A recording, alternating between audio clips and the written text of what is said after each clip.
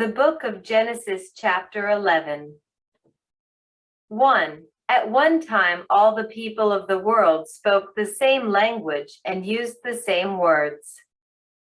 2. As the people migrated to the east, they found a plain in the land of Babylonia and settled there. 3. They began saying to each other, "Let's make bricks and harden them with fire." In this region, bricks were used instead of stone, and tar was used for mortar.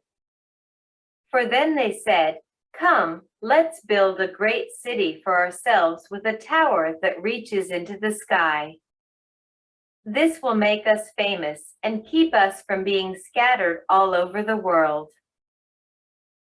5. But the Lord came down to look at the city and the tower the people were building. 6. Look, he said, the people are united, and they all speak the same language. After this, nothing they set out to do will be impossible for them. 7. Come, let's go down and confuse the people with different languages. Then they won't be able to understand each other. 8. In that way, the Lord scattered them all over the world, and they stopped building the city. 9. That is why the city was called Babel, because that is where the Lord confused the people with different languages. In this way, he scattered them all over the world. 10. This is the account of Shem's family. 2 years after the great flood, when Shem was 100 years old, he became the father of Arphaxad. 11. After the birth of Arphaxad, Shem lived another 500 years and had other sons and daughters. 12. When Arphaxad was 35 years old, he became the father of Shelah. 13. After the birth of Shelah, Arphaxad lived another 403 years and had other sons and daughters. 14. When Shelah was 30 years old, he became the father of Eber. 15. After the birth of Eber, Shelah lived another 403 years and had other sons and daughters. 16. When Eber was 34 years old, he became the father of Peleg. 17. After the birth of Peleg, Eber lived another 430 years and had other sons and daughters. 18. When Peleg was 30 years old, he became the father of Reu. 19. After the birth of Reu, Peleg lived another 209 years and had other sons and daughters.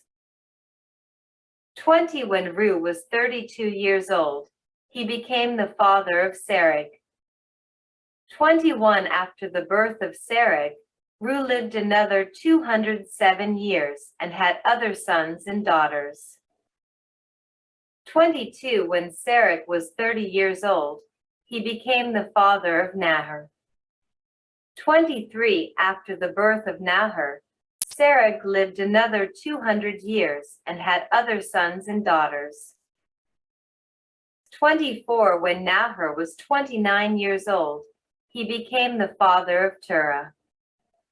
25. After the birth of Terah, Nahor lived another 119 years and had other sons and daughters.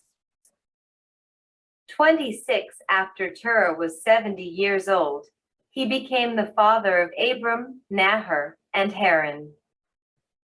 27. This is the account of Terah's family. Terah was the father of Abram, Nahor, and Haran was the father of Lot.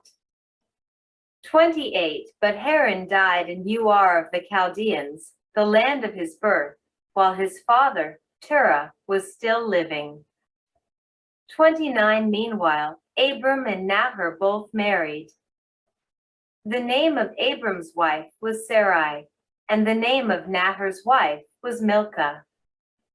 Milcah and her sister Iscah were daughters of Nahor's brother Haran. 30, but Sarai was unable to become pregnant and had no children.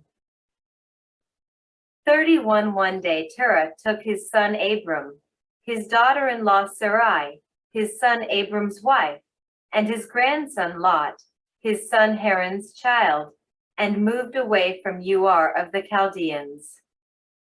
He was headed for the land of Canaan, but they stopped at Haran and settled there. 32, Terah lived for 205 years and died while still in Haran.